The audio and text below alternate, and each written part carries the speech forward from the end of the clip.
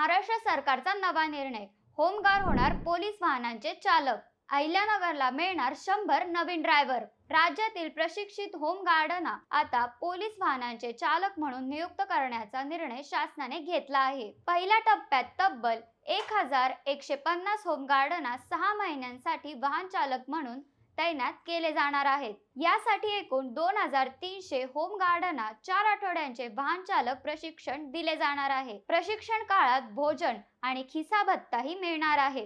सर्वात महत्त्वाचे म्हणजे अहिल्यानगर जिल्ह्यासाठी 100 प्रशिक्षित होमगार्ड चालक उपलब्ध होणार आहेत। डायल 112, रात्रगस्त बंदोबस्त, आरोपींचे ने-आण आणि घटनास्थळी तातडीने पोहोचण्यासाठी यामुळे पोलीस दलाला मोठी मदत मिळणार आहे। राज्यातील पोलीस घटकांना तब्बल 1905 चालकांची मागणी केली होती, मात्र पहिल्या टप्प्यात 1150 जणांना संधी देण्यात आली आहे। पोलीस दलाची वाहन चालकांची कमतरता भरून काढतानाच होमगार्ड जवानांना कौशल्याच्या जोरावर रोजगाराची नवी संधी मिळणार आहे। तुमच्या मते हा निर्णय पोलीस दलासाठी किती फायदेशीर ठरेल? कमेंटमध्ये नक्की सांगा।